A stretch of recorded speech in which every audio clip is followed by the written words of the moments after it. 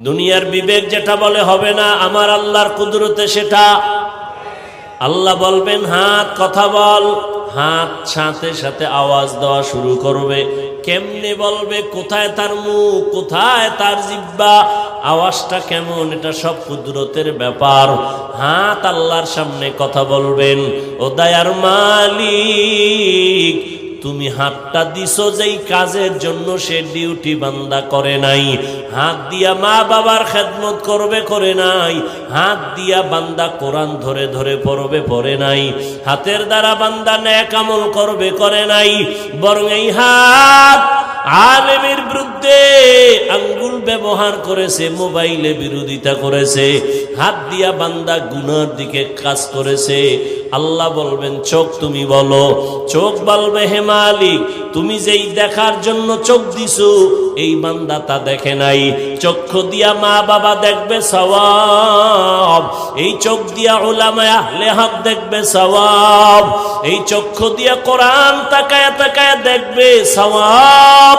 এই চোখ দিয়া আল্লাহর ঘর বাইতুল্লাহ তাকায় দেখবে সওয়াব।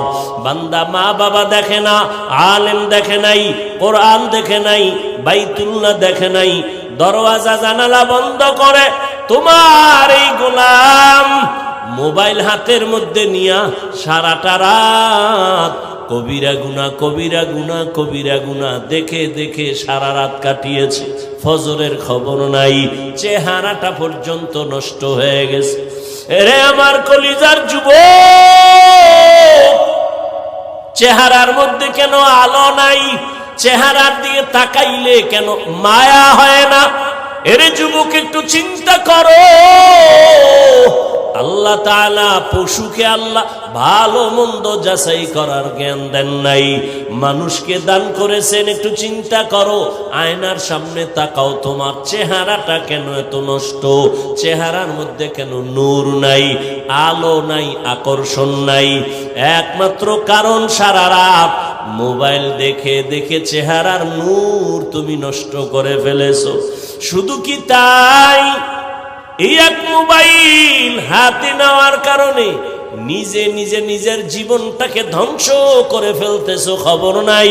কেউ যদি তোমারে বুঝায় তুমি বুঝো না, বরং উল্টা তার বিরোধিতা করো। অথচ তুমি একটা ছুরি নিয়ে যদি নিজের কল্লা কাটো, এটাও তোমার যেমন খারাপ লাগার কথা। মোবাইল হাতে নিয়ে নিজের জীবন নিজে ক্ষতি করো, এটাও তো তোমার বোঝা উচিত। আজকে বাসায় গিয়া গুগলে সার্চ দিয়ে দেখবি টাচ মোবাইল চালাইলে দেখলে শরীরের অঙ্গ প্রত্যঙ্গের কি কি ক্ষতি হয়। আমি বলি তুমি শুনে যাও, তারপরে গুগলে গিয়া মিলাও।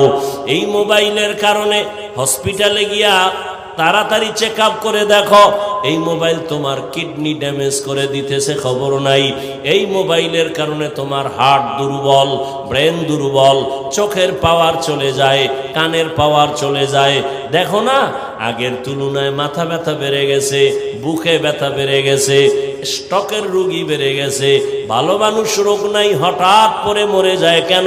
বলে অ্যাটাক করেছে, স্ট্রোক করেছে। এরে আল্লাহর বান্দা, এই মোবাইলের কারণে তোমার চরিত্র শেষ, লেখাপড়া শেষ। এই মোবাইলের কারণে কত সন্তান মায়ের সাথে বেয়াদবি করেছো, বাবার সাথে বেয়াদবি। এই মোবাইলের কারণে শিক্ষকের সাথে বেয়াদবি করেছো, এই মোবাইলকে কেন্দ্র করে আলেমের সাথে বেয়াদবি করেছো। এক মোবাইলকে কেন্দ্র করে কত সন্তান মায়ের টাকা চুরি করেছে, কত সন্তান বাবার টাকা চুরি করে। মা বাবায় না দিলে বন্ধুর পকেট মারে, বন্ধু যদি না দেয় মানুষের দোকান চুরির ষড়যন্ত্র করে। তাহলে তোর এই মোবাইলে চরিত্র নাই, লেখাপড়া নাই, শরীর নাই, চোখের পাওয়ার নাই, কিডনি দুর্বল। এক কথায় তোর মধ্যে এখন কিছুই নাই। আছে একটা রুহু, আজরাইলটা নিয়ে গেলে তুইও নাই। বুঝানোর কথা বুঝাই গেলাম, মানবা কিনা সে দায়িত্ব তোমার। বুঝানোর দরকার, বুঝাই গেলাম। হেদায়েতের মালিক তো আল্লাহ। ওরে কপাল যদি পুড়ে যায় রে যুবক, আমি হাফিজুর রহমান কেন, মক্কা মদিনার ইমাম কেন, স্বয়ং রসুলেও বয়ান করলে কপাল খুলবে না। যেই নবীজির চেহারা মোবারক এক নজর দেখলে বান্দার পেটের ক্ষুধা থাকে না। কেমন মায়ার নবী আমার, যেই রহমতের নবীর দিকে মোহাব্বতের নজর দিয়ে তাকাইলে বান্দার জাহান্নাম হারাম হয়। আম্মা জান আয়েশা রাদিয়াল্লাহু আনহা বলেন, নবীজির ঘাম বোতলে ভরে রাখতাম, আর আমরা বড় বড় অনুষ্ঠানে আতর হিসেবে ব্যবহার করতাম। এরে আল্লাহর গোলাম, যেই নবীর চেহারা দেখলে কলিজা ঠান্ডা হয় এক নজর, কিন্তু কত বড় বেঈমান কপাল পোড়া, একবার আর দুইবার না, দীর্ঘ টানা 13 বছর পর্যন্ত নবীজিরে দেখলো, বয়ান শুনলো, এরপরেও বেঈমান কালেমা পড়ে নাই। এত বড় নিকৃষ্ট কপাল পোড়ার নাম জানেননি? আবু জাহাল। অন্যদিকে 27 বছরের যুবক তরবারি নিয়ে দৌড়ায় আমার নবীর গর্দান কাটার জন্য। নবীজির চেহারা মোবারক দেখা তরবারি ফালায় বলেন, ও রহমতের নবী আমার, বেয়াদবি মাফ করেন, আমাকে কালেমার রশি লাগায়া দেন। 27 বছরের যুবক নবীর হাতে কালেমা পড়িয়া তরবারি হাতে নিয়ে দাঁড়ায় বলে, বেঈমান, সাহস থাকলে এই বান্দার তরবারির সামনে দাঁড়াও। আমি নবীর বিরুদ্ধে কথা বলতে যদি চাও, নবীরে দরকার নাই, আমার তরবারি ফয়সালা করবে, সামনে আসো। এই কফালওয়ালা 27 বছরের যুবককে জানেননি? এর নাম কফাল। এর নাম কি? কফাল। 13 বছর দেখছে, এরপরও কালেমা পড়ে না, আর 27 বছর বয়সে নবীকে দেখে জবাই করতে এসে কালেমা পড়ে ফেললো। এই জন্য কপাল যদি পুড়ে যায়, আমার বয়ানও কাজ হবে। এত মানুষ এখানে, মাঠ ভরা, দাঁড়ানোরও সুযোগ নাই, এত মানুষ। বাসায় যায় বলবে, ও অনেক লোক হইছে, কি লাভ হবে তোমার চাপাবাজি করলে যদি ফজরে মসজিদ থাকে খালি? কি এত মানুষ এখানে, অনেক আশেকে রসুল ফজর পড়ে নাই, জোহর পড়ে নাই, আসর পড়ে নাই, মাগরিব পড়ে নাই, এশা পড়বে কিনা তাও জানা নাই। আল্লাহ হেদায়াত দান করেন।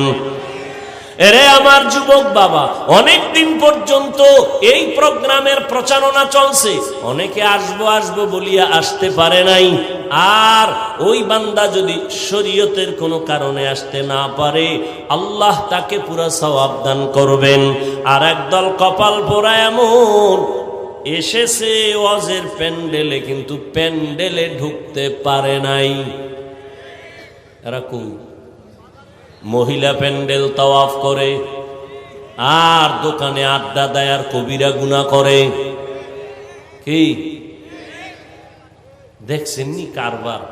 আল্লাহর কুদরতটা কেমন! এটা বেহেশতের বাজার, পাশে জাহান্নামের বাজার। কি আচ্ছা, ওয়াজ উপলক্ষে মার্কেট হবে কেন, দোকান হবে কেন? অনেক দূরের মানুষের একটু চা বিস্কিটের দরকার, দুই একটা চা বিস্কিটের দোকান থাকবে। খেলনার দোকান কেন, বেলুনের দোকান কেন? ওখানে আবার মেয়েরা ঢুকবে কেন, যুবকেরা ঢুকবে কেন? ওখানের এই কবিরা গুনার দায়ভার কারা নিবে? বইলা গেলাম, মানবা কিনা সে দায়িত্ব তোমার। সারা বাংলাদেশের হালাত বড় খারাপ। ও যে আইয়া কপাল ভরা বেলুন কিনছে, বেলুন, প্লাস্টিকের মাছ, কান্দে লয়ে ঝুলতে ঝুলতে বাড়ি যায়। ম্যাডাম জিগাইব, অজেতে কি নিয়ে আইছো? যে মোনাজাতে বেলুন কবুল হয়ে গেছে। আপনারা হাসেন, কত বড় নির্লজ্জ বেহায়া! আপনারা হাসেন, আবার লজ্জা থাকলে কান্না করা উচিত। আমি হাসির ওয়াজ করি নাই, হাসির কথা বলি নাই। এটা এমন একটা প্যান্ডেল, রসুলের হাদিস, এখানে বসার সাথে সাথে গুনাহ মাফ। এইরকম একটা পবিত্র প্যান্ডেলের পাশে আবার জাহান্নামের বাজার হবে, সেখানে বেপরদা নারী ঢুকবে, যুবক যুবতী ঢুকবে, কিচ্ছু বলা যাবে না। জাতির কপাল এত খারাপ, বলে প্রয়োজনে বক্তা বাদ দাও, আমগো আকাম বাদ দিব না। বলবে এত হুজুর ওয়াজ করলো কারো লাগলো না, ওনার এত লাগলো কেন? বাদ দে এই হুজুর, আমগো আকাম চলবে। এ জাতির কপাল চূড়ান্ত খারাপের দিকে চলছে। কে বলবে এই কথা? কে শুনবে এই কথা? কে মানবে এই কথা? কেন এত সুন্দর বেহেশতের বাগান, যেখানে বসলেই গুনাহ মাফ, যেখানে চোখের পানি ফেলে দোয়া করলে কবুল, সেই বেহেশতের বাগানের পার্শ্বে কেন জাহান্নামের বাজার হবে, বেপরদা নারীর আড্ডা হবে, খেলনার দোকান হবে? কারণ কি? আল্লাহ হেদায়েত দান করুন। ভাইরা আমার, আল হায়াউ শুবাতুম মিনাল ঈমান। একটা ঘরের মধ্যে 3-4টা রুম আছে। এক রুমে আছে মা বাবা, আর এক রুমে ছেলে, আর এক রুমে মেয়ে। সারা রাত মোবাইলে চলে জিনা জিনা জিনা জিনা। স্বামী আর স্ত্রী সারা রাত মোবাইল, মেয়ে আর এক রুমে মোবাইল, ছেলে আর এক রুমে মোবাইল। ওরে ঘুমের থেকে উঠে দেখতি তোর চেহারা শুকর করে দিয়েছেন আল্লাহ। দেয় না কেন? একমাত্র মুহাম্মদের উম্মত হওয়ার কারণে। না হয় ঘুমের থেকে উঠে দেখতি চেহারা কুকুরের মতো হয়ে গেছে। সারা রাত গুনাহ করবি আর আল্লাহ কিছু করবে না, শুধু মুহাম্মদের উম্মত হওয়ার কারণে আল্লাহ ওয়াদা করছেন চেহারা পাল্টাবেন না। না হয় পাল্টায় দিতেন, ঘুমের থেকে উঠে দেখতা চেহারা শুকরের মতো হয়ে গেছে, কুকুরের মতো হয়ে গেছে গুনার কারণে। আল্লাহ হেদায়েত দান করুন। ইয়া আইয়ুহাল্লাযীনা আমানুত্তাকুল্লাহা হাক্কা তুকাতিহ।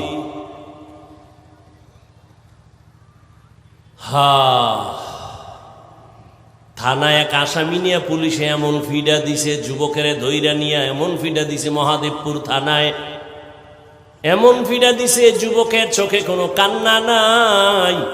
ও আল্লাহর বান্দার একটু আকল খাটাইয়া চিন্তা করেন। মহাদেবপুর থানায় যুবক এমন পুলিশের পিটা লাগছে, কাঁদে না। আর এটা কেমন প্যান্ডেল! আল্লাহওয়ালা বয়ান করে আর যুবক ওই মাথায় বয়া হাউ মাউ করে কান্না করে। একটু চিন্তা করেন, ওই যুবকের মারলো কেউ, কাঁদে কেন? বুঝেননি? বুঝেন? ওরে থানায় নিয়ে পুলিশে পিটায়, কাঁদে না। আর ওয়াজের প্যান্ডেলে আল্লাহওয়ালা বয়ান করে, মানুষ গড়াগড়ি খায় কান্নে। ওই 200 হাত দূরে এক যুবক কাঁদে। ওরে মারলো কে? কই সেই বয়ান? কই সেই বয়ানের রূহ? কই সেই আমল? এত সোজা না। বয়ান বক্তার এলেম আর আমল, বয়ান বক্তার এলেম আর আমলের বাহাদুরিতে হয় না, শ্রোতাদের অন্তরের আকর্ষণ আর মোহাব্বতে বয়ান বের হয়। আর বক্তার মধ্যে থাকবে ইখলাস, আল্লাহর ভয়। এই আল্লাহওয়ালাদের লাত্তি খাইছি, কিন্তু ওই নজর একটু পাইছি, আল্লাহ বরকত দিছেন, কিন্তু মানুষ এখনো হইতে পারি নাই। ওরে আমি যদি আপনাদের বয়ান শুনাইতে গিয়া বলি আমি মানুষ হইতে পারি না, তো আপনাকেও তো চিন্তা করা উচিত, আপনি কি হইলেন আর বাঁচবেন কত? হায়াতের 3 ভাগের 2 ভাগ শেষ। যদি আপনার হায়াত 30 বছর থাকে, মুহাম্মদের উম্মতের হায়াত গড়ে হবে 60 থেকে 70 বছর, তাহলে আর বাঁচবেন 30, অর্ধেক শেষ। যদি আপনার হায়াত থাকে 40, আপনার 3 ভাগের 2 ভাগ শেষ, 20 বছর। কিন্তু বাঁচবেন কিনা তাও বড় কঠিন, কারণ ইদানিং শুধু মরণ আর মরণ আর মরণ। মরণ ফাঁদ লইয়েই তো ঘুরে। এই মোবাইলের কারণে শরীর শক্তি দুর্বল, চোখের পাওয়ার কমতেছে, বান্দার হার্ট দুর্বল হইতেছে। একের পর এক মরণ ফাঁদ নিয়ে আমরা চলি। আবার আমার কলিজার যুবকেরা আর একটা মরণের ফাঁদ নিয়ে পাগল, বাইক। কি মরণের তাজা একটা মরণ ফাঁদের নাম বাইক, মোটর সাইকেল, হুন্ডা। ওটার মুখে উঠলেই খালি শরীরে আগুন। শরীরে কি? পিছনে যদি আবার বিপরীত কোনো পার্স থাকে তো আরো আগুন। সকাল 10টায় ঘুমে তুই কি ঢাকায় আম্মু মহাদেবপুর বাজারে যাই কেন? বলে আমার এক বন্ধুর সাথে মোলাকাত। আসবি কখন? বলে 1 ঘন্টা পরে।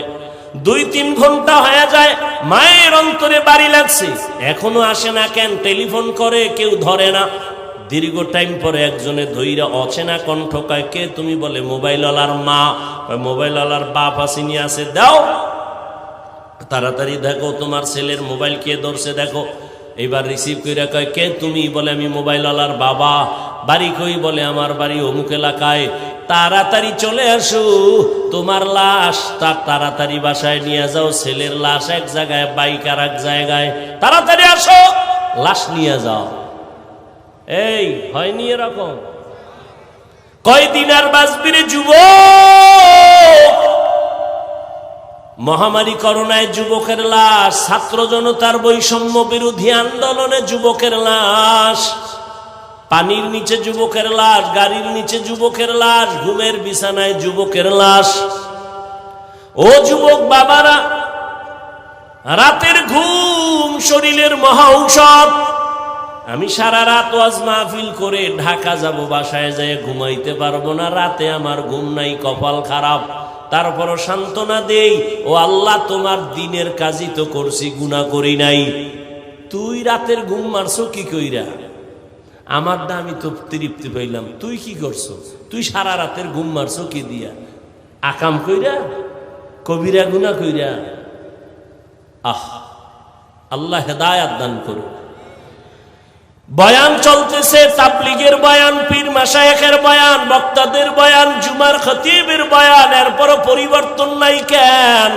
আল্লাহর কসম, যতক্ষণ পর্যন্ত আল্লাহর শাস্তির ভয় অন্তরে না আসবে ততক্ষণ পর্যন্ত বয়ান বাস্তবায়ন হবে না।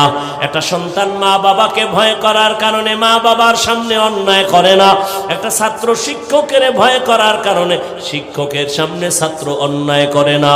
ঠিক আমার আল্লাহর গোলাম বান্দারা যদি আল্লাহর আযাবের ভয় করত, গলায় ছুরি লাগাইতো, দাড়ির মধ্যে কখনো অস্ত্র লাগাইতো না। हर के दारत खौफे हक दर दिल मदाम जन्नतुल मअवा देहद उरा मकाम जुज़बा हक ची जे मखाज इंसुजा फजले उ आमस्ते दर जुमला जहां। আল্লাহ বলেন আমাকে হক আদায় করে ভয় করো। সাহাবায়ে কেরাম পেরেশান হয়ে গেলেন, নবীর কাছে বললেন, ইয়া রাসূলুল্লাহ, আল্লাহ যত বড় ওই পরিমাণ ভয় করা আমাদের দ্বারা অসম্ভব। নবীও চিন্তায় পড়ে গেলেন। রব্বুল আলামিন জিবরাইল আমিনকে পাঠাইয়া দিলেন, সান্ত্বনার আয়াত নিয়ে শুনায় দাও। জিবরাইল আমিন আমার নবীর সামনে এসে আয়াত শুনায় দিলেন সান্ত্বনার, ইত্তাকিল্লাহা মাস্তাতাতুম, সাধ্যমতো ভয় করা লাগবে। বান্দা আমার হক আদায় করে, ভয় করার প্রয়োজন নাই, বরং বান্দা তোমার সাধ্যমতো আল্লাহকে ভয় করো। আমি যদি আপনাদের প্রশ্ন করি, আপনারা কারা কারা আল্লাহকে ভয় করেন? যদি করি, একজনও কি হাত উঠাবে না? সবাই এই উঠে দেখছেন, কই নাই এতে অবস্থা। মানে মরাডারে মারো কেন, কয় লড়ে কেন? সবাই হাত উঠায় ফেলবে। হুজুর, আপনাদের থেকেও আমরা আল্লাহরে বেশি ভয় করি। কোন চালাক বাঙালি থাকলে 2 পাও উঠায় দিবে, বলবে 4 হাত পায়ে ভয় করি। অথচ নামাজ পড়ে নাই, রোজা রাখে না, হালাল খায় না। ও আল্লাহর বান্দা, তুমি নামাজ বাদ দিয়া বলো ভয় করি। আমি নামাজ ঠিক মতো 5 বেলার নামাজ পড়ে বলি আল্লাহকে ভয় করি। আমি দাড়ি রেখে বলি আল্লাহকে ভয় করি। তুমি দাড়ি না রেখে বলো আল্লাহকে ভয় করি। আমি হালাল খাইয়া বলি আল্লাহকে ভয় করি। তুমি হারাম খাইয়া বলো আল্লাহকে ভয় করি। দোনো ভয় কি সমান? আসলে তোমার মধ্যে আল্লাহর ভয় নাই। যদি ভয় থাকতো, জীবন গেলেও তুমি হারাম খাইতে পারতা না। আল্লাহর ভয় কেমনে আসবে? ভয়ের নাম তাকওয়া। একমাত্র আল্লাহওয়ালাদের নেক নজর লাগাও। আল্লাহওয়ালাদের নজরের মধ্যে পাওয়ার আছে, পাওয়ার। এই পাওয়ার আর কারো নজরে নাই। এরে কষ্ট হইতেছে আপনাদের? একটা গাঞ্জাখোরের নজরেও পাওয়ার আছে, আছে না? একটা দুধের বাচ্চা হঠাৎ এক গাঞ্জাখোর নজর দিয়ে কয় এত সুন্দর ফুটন্ত গোলাপ, বাচ্চা অসুস্থ, শুকায় যায়, খায় না, ডাক্তার বলে কোনো রোগ নাই, মুরব্বীরা কয় বদ নজর, কয়নি? গাভীর দুধ হয় 20 কেজি, ও একদিন দেখে কয় এত দুধ গাভীর, পরের দিন থেকে 3 কেজিও নাই। আপনাদের এলাকায় কদু গাছ লাগায় না? কদু গাছের মাঝে মাঝে দেখবেন, মাঝে মাঝে দেখছেননি কোনোদিন যে জুতা টানায়? দেখছেন কেন?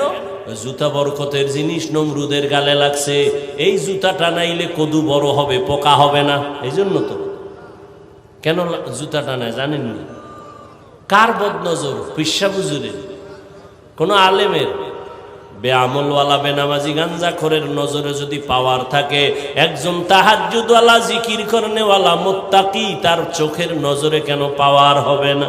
আউলিয়ারা কারে উকবা ইখতিয়ার, জাহেলারা কারে দুনিয়া ইখতিয়ার, মাইলে মোমেন সোয়ে মোমেন মিশাওয়াত, মাইলে কাফের সোয়ে কাফের মিশাওয়াত। আল্লাহর ভয় অন্তরে জমা করো, আল্লাহওয়ালাদের নেক নজর লাগাইও। এরে যুবক, এতক্ষণ কষ্ট করে যে চিল্লাইতেছি, তুমি মনে করতেছো কত না জানি মজা। না বাবা, একটা চিৎকার দিলে পুরা শরীরের রন্ধ্রে রন্ধ্রের রিয়াকশন শুরু হয়ে যায়। পৃথিবীতেই চিল্লানোর মতো আর কষ্টের কোনো কাজ নাই। এরপরও চলতেছে 12 মাস।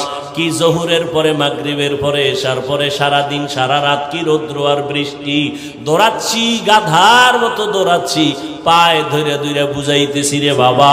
একবারও এই যে এতক্ষণ চিল্লাইলাম, একবারও কিন্তু বলি নাই ও মহাদেবপুরের বাবারা, আমি 5 কল্লি টুপিওয়ালা, তোমরাও 5 কল্লি দাও, না হয় তোমার কপাল খারাপ হবে, বলছি? বলি নাই। আমি কওমি মাদ্রাসার সন্তান, তোমরাও কওমি মাদ্রাসায় যাইও, না হয় তোমরা জাহান্নামে যাইবা, একবারও বলি নাই। আমি তাবলিগের লাইনের সন্তান, আমি পীরের মুরিদ, একবারও বলি নাই যদি তাবলিগে না যাও, পীরের কাছে না যাও, তুমি ধ্বংস হয়ে যাইবা, একবারও বলি নাই। কি বলি শুনো যুবক বাবা, আমি তোমাকে শুধু বলবো না, আরো সাহস দিয়া যাব। জানা নাই আমার মতো এই সাহস বাংলাদেশে আর কোনো বক্তা দেয় কিনা।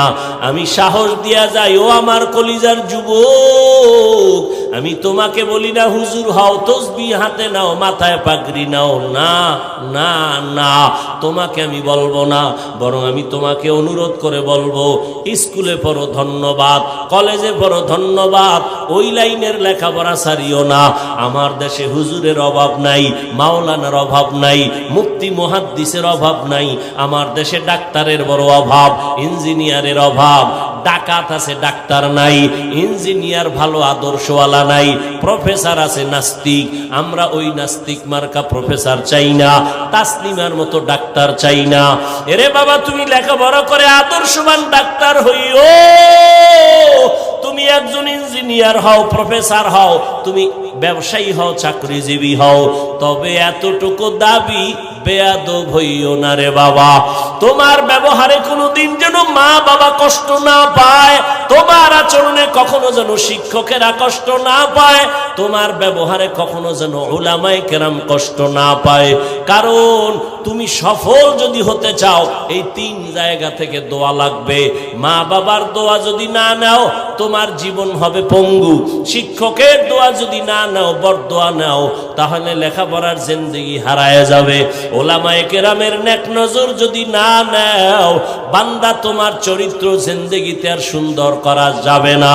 অতএব মা বাবার দোয়া নিয়া, শিক্ষকের দোয়া নিয়া, উলামায়ে কেরামের পরামর্শ নিয়া ডাক্তার হও, ইঞ্জিনিয়ার হও, প্রফেসর হও, ব্যবসায়ী হও, চাকরিজীবী হও, তোমার মতো সফল বান্দা দুনিয়ায় থাকবে না। তুমি শুধু মহাদেবপুর কেন, পুরা বাংলাদেশে তোমার সুনাম হবে। ডাক্তার হলেও তোমার মর্যাদা বাড়বে, ইঞ্জিনিয়ার হলেও তোমার সুনাম ছড়ায় যাবে যদি তুমি আদৌ বলা হয়ে যাও। আর তাসনিমার মতো যদি বেয়াদবি কইরা ডাক্তার হও, জুতার বাড়ি খাইয়া দেশ থেকে পালানো লাগবে।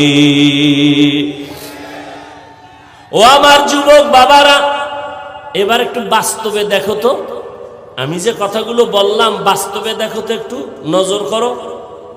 এই দেশে তোমার মতো যুবক জীবনে কোনোদিন মাদ্রাসায় পড়ে নাই, আলিফ বা তাও শিখে নাই। এই রকম যুবক স্কুলে পড়ে, কলেজে পড়ে, 5 বেলার নামাজি আসেনি। তোমার জীবনের জন্য এটা আমার শেষ বয়ান। ও যুবক, বাসায় গিয়া দরজা জানালা বন্ধ করে বালিশে মাথা লাগায় একা একা 1 মিনিট চিন্তা করবি যে আমার মতো যুবক স্কুলে কলেজে পড়িয়াও যদি নামাজ পড়ে, তোর কপালে কার অভিশাপ লাগাইছো, কার বরদোয়া লাগাইছো যে তুমি কেন পারো না? জবাব দাও রে যুবক। আর কয়দিন তোমার হায়াত? আজকে তুমি সুস্থ বসে আছো, গত বছর বয়ান চলছে, বড় চলতে, আগামী তো চলবে, কিন্তু তুমি এই মাঠে আর আসতে পারবা না। না জানি আমার মাওলা মাটির নিচে নিয়ে যায়। কয়দিন আর বাহাদুরি করবা? সুস্থতা তোমার গ্যারান্টি না বাঁচার। অনেক অসুস্থ রোগী বেঁচে গেছে, সুস্থ মানুষটা সামনে মরে গেছে। অতএব যুবক বাবা, এতটুকু বুঝাও, তোমার মতো যুবক রাস্তায় গাড়ি চালায়, 5 বেলার নামাজ পড়ে, বলো বাবা তুমি কেন পারবা না? তোমার মতো যুবক র‍্যাব, আর্মি, পুলিশ, বিডিআরের চাকরি করে, 5 ওয়াক্ত নামাজি দাড়িওয়ালার অভাব নাই, বলো তুমি কেন পারো না?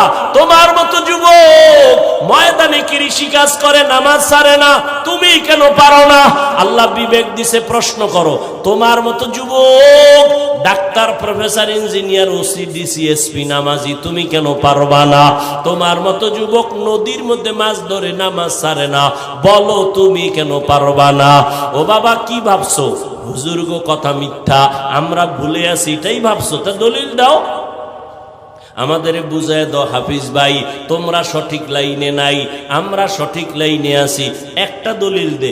আল্লাহর কসম আমি বলতেছি, আমি এখন দাড়ি কেটে ফেলবো, প্যান্ট শার্ট টাই লাগাইয়া তোমার মতো রাস্তায় গিয়া নাচ গান করবো। আর যদি বলো না হাফিজ ভাই, আপনারা ওলামায়ে কেরাম সঠিক রাস্তায় আছেন, আমরা শয়তানের ধোকায় পড়িয়া দাড়ি কাইটা নামাজ সারিয়া বেপরদায় গিয়ে আমরা ভুলের পথে গেছি, আমি তোমারে বিনয়ের সাথে বলবো, 2টা পা আগাইয়া দাও। আমি নিচে নাইমা তোমার পায়ে ধরে বলবো, আর দাড়ি কাইটা নবীরে কাঁদাইও না, আর নামাজ বাদ দিয়া নবীরে কষ্ট দিস না রে যুবক। পা দুটো যদি আগায় দাও, আমি পায়ে হাত রেখে বলছি, আর কয়দিন দাড়ি কাটবি? ওরে দাড়ি কাটতে তো কম কাটো নাই, ওরে এখনো কি তোর আশা মিটে নাই? আরো কাটবি? জীবনে তো কম বেপরদায় চলো নাই, এখনো কি তোর আশা পূরণ হয় নাই? ও যুবক, জীবনে তো পার্কে পার্কে কম দৌড়াও নাই, এখনো কি মনের আশা পূরণ হয় নাই? এখনো কি গুনাহ করবি রে বাবা? ওরে আমি তোমার মতো যুবক, ওরে আমিও তো তোমার মতো প্যান্ট শার্ট টাই লাগায়া দাড়ি কাইটা যদি রাস্তায় চলতাম, কেউ আমারে বাধা দিত না। টুপির কারণে মাথা গরম, দাড়ির কারণে যৌবনের ভাব চলে যায়, জামার কারণে শরীরটা গরম লাগে, এরপরেও কেন টুপি ফালাই না, নামাজ ছাড়ি না, বেপরদায় চলি না? তোমাগো পায়ে দইরা দইরা কেন বুঝাই? একমাত্র কারণ আমার মাওলার কোরআন সত্য, একটা মিথ্যাও নাই। নেক আমলওয়ালাদের জন্য জান্নাত, গুনাহগারের জন্য জাহান্নাম। আমি যদি গুনাহগার হইয়া কবরে যাই, ওই কবরে 2 পার্শ্বের মাটির চাপ সহ্য করতে পারবো না। দুনিয়াতে একটা বেতের বাড়ি সইতে পারি না, মশার কামড় সহ্য করতে পারি না, দুনিয়াতে সূর্যের গরম সহ্য করতে পারি না, হাসরের মাঠে জাহান্নামের আগুনের গরম ও আল্লাহর বান্দারা কেমন করে সহ্য করবা? ওরে তোমার মতো যুবক দিনের লাইনে থাকিয়া যদি এখনো চলে, তুমি কেন পারবা না? ঢাকা কলেজে যাও, যাও মাঝে মাঝে ঘুরে দেখো, রাজশাহী যাও, কুষ্টিয়া যাও, কলেজগুলো দেখো। তোমার মতো যুবক কলেজে পড়ে, মাথায় পাগড়ি, এরকম বড় দাড়ি, বড় জামা, পিছন থেকে তাকাইলে মনে হয় কোন মসজিদের খতিব। ডাক দিলাম, এই যুবক ভাই, তুমি কোন মসজিদে নামাজ পড়াও? আস্তাগফিরুল্লাহ, আমি আরবি ভালো কইরা পারি না, আমি কিসের নামাজ পড়াবো? তোমার এই হালাত কেন? আমার মা বাবার দোয়া আর উলামায়ে কেরামের নেক নজর লাগাইছি, এই কারণে আমি পাগড়ি দাড়ি রাইখাও কলেজে ক্লাস করি, ঢাকা কলেজে পড়ি। আমি নামাজ ছাড়ি না, পাগড়ি খুলি না, দাড়ি কাটি না, বেপরদায় চলি না। আমার জন্য শিক্ষকেরা দোয়া করে। ও যুবক বাবা, তুমি কেন পারবা না? আমার মাওলার আযাব কি তুমি দুর্বল মনে করেছো? ও যুবক বাবা, এখনো তওবা করো। পর্দার আড়ালের মা বোনেরা যারা আছেন, আমি এতক্ষণ আপনাদের সন্তানদের যা শুনাইলাম, এগুলো যদি বাস্তবায়ন হতে হয়, আম্মা জান আপনাদের দোয়া না থাকলে হবে না, চেষ্টা না করলে হবে না। গাছ ভালো হলে ফল ভালো হবে, মা আপনার আদর্শ ভালো হলে সন্তান ভালো হবে।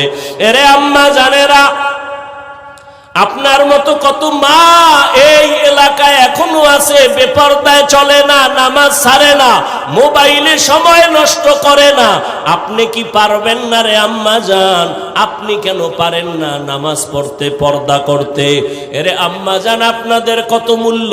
আপনারা তো সাহাবায়ে কেরামদের মায়ের মতো মা, আপনারা তো নবীদের মায়ের মতো দামি, আয়েশা রাদিয়াল্লাহু আনহার মতো দামি নারী, ফাতেমা রাদিয়াল্লাহু আনহার মতো দামি। এরে আম্মা জানেরা, আপনারা তো খাদিজা রাদিয়াল্লাহু আনহার মতো দামি। এরে আম্মা জান, আপনারা তো ইসমাইল নবীর মা হাজেরা আলাইহিস সালামের মতো দামি, ঈসা নবীর মা মারিয়াম আলাইহিস সালামের মতো দামি। এই দুনিয়ায় বড় এক বেঈমানের নাম ফেরাউন। জানেননি এই বেঈমানের ফেরাউনের স্ত্রীর নাম কি?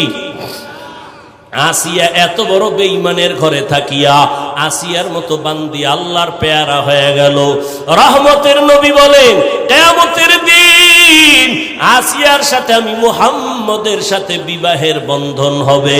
ও আম্মা জানেরা, আপনার স্বামী তো ফেরাউনের মতো খারাপ না। আপনি কি পারতেন না স্বামীরে বুঝাইতে নামাজের জন্য? আপনি যদি নামাজ পড়িয়া দোয়া করতেন, হে আল্লাহ, আমার স্বামী দিন রাত্র কষ্ট করে কামাই রুজি করে, তার নিজের জন্য করে না। প্রত্যেকটা স্বামী তার সন্তান পরিবারের শান্তির জন্য কষ্ট করে। নিজে না খাইয়া থাকলে কোনো বাবা কষ্ট পায় না। যদি শুনে সন্তান খানা খায় নাই, বাবার চোখে আর ঘুম আসে না। মা বাবা, ওই বাবার ঋণ কেমনে আদায় করবি রে সন্তান? এত কষ্ট করে বাবা, নিজের জন্য করে না, সব পরিবারের সন্তানের জন্য করে। ও মা, যদি স্বামীটার জন্য দোয়া করে বুঝাইতেন আর নামাজের কথা বলতেন, একদিন না একদিন নামাজের দিকে আসতো। আর আপনি যদি বলতেন, স্বামী আমার মা বাবার মায়া ত্যাগ করে আমি তোমার সংসারে আসছি, খাইয়া থাকলেও আসি, না খাইয়া থাকলেও আসি, তবে তোমার কাছে আমি স্ত্রী হিসাবে একটা দাবি, জীবনে হারাম টাকা কামাই করবা না, হারাম মাল ঘরে আনবা না, হারাম খাইয়া নিজেদের রক্ত নাপাক করব না, সন্তানের রক্ত নাপাক করতে দিব না। আম্মা জানেরা যদি বুঝাইতেন, কোন স্বামী হারাম মাল ঘরে নেওয়ার সাহস পাইতো না। এরে আম্মা জান, আপনি হারাম খাইয়া কেন নিজের রক্ত নাপাক করবেন? হারামের দ্বারা সন্তানের রক্ত কেন নাপাক করবেন? এখন থেকে তওবার সুযোগ আছে, তওবা করেন। সন্তানকে ডাক্তার বানাবেন, বেয়াদব বানাবেন না। সন্তানটাকে ইঞ্জিনিয়ার প্রফেসর বানাবেন, বেয়াদব বানাবেন না। সন্তানের যদি বারবার বুঝাইতে থাকেন, বাবা কোনদিন মুরব্বীদের চোখের দিয়ে তাকায় কথা বলবা না, বেয়াদবি করবা না, মিথ্যা কথা বলবা না, কারো ক্ষতি করবা না, একদিন না একদিন সন্তান আপনার কথা কাজে লাগাইতো। এখনো সময় আছে, তওবা করে নেন। আর নামাজ ছাড়বেন না, বেপরদায় চলবেন না, স্বামীর মাল খেয়ানত করবেন না। ও যুবক বাবারা, এখনো সময় আছে, তওবা করো। জীবন গেল আর নামাজ ছাড়বা না, বেপরদায় চলবা না, দাড়ি কাটবা না, মা বাবারে কষ্ট দিবা না, শিক্ষকের বরদোয়া নিবা না, ওলামায়ে কেরামের দোয়া নিয়া নবীজির তরিকা মেনে এখন থেকে চলবা। স্কুলে পড়ো, কলেজে পড়ো, চাকরি করো, ব্যবসা করো, আর নামাজ ছাড়বা না। যদি তওবার নিয়ত থাকে ওমরের মতো তৈরি হইয়া গোপনে গোপনে মনে মনে আমার আল্লাহকে বলো, হে আল্লাহ, এই ময়দানে গুনাহ নিয়া ঢুকলাম, আর গুনাহ নিয়া বাসায় যাব না। তওবার নিয়ত করে ফেললাম, জীবনে তো কম দাড়ি কাটি নাই, জীবনে নামাজ তো কম সারি নাই, বেপরদায় কম চলি নাই, আর কত জীবন কতদিন আছে জানা নাই। ও আল্লাহ, আজকে থেকে আর নামাজ ছাড়বো না, দাড়ি কাটবো না, বেপরদায় চলবো না, মা বাবার দোয়া নিয়া, শিক্ষকের দোয়া নিয়া, উলামায়ে কেরামের পরামর্শ নিয়া নবীজির তরিকা মেনে চলবো। তওবা করার মতো যদি কারো অন্তর তৈরি হয়, মুনাফিকি না থাকে, খাঁটি তওবার নিয়তে দুটো হাত আমার আল্লাহকে দেখাইয়া দাও। আয় আল্লাহ, হাতগুলো কবুল করে নেন, তওবা কবুল করে নেন, তওবার উপরে মজবুত হইয়া আমাদের চলার মতো তৌফিক দান করেন, আমিন।